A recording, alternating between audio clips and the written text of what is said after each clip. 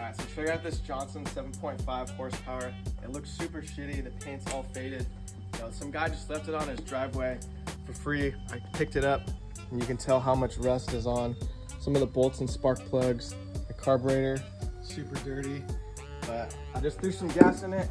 You know, one man's trash can be another man's treasure. I mean, I didn't even do anything to it. Fire it right up. Actually pumping decent water too.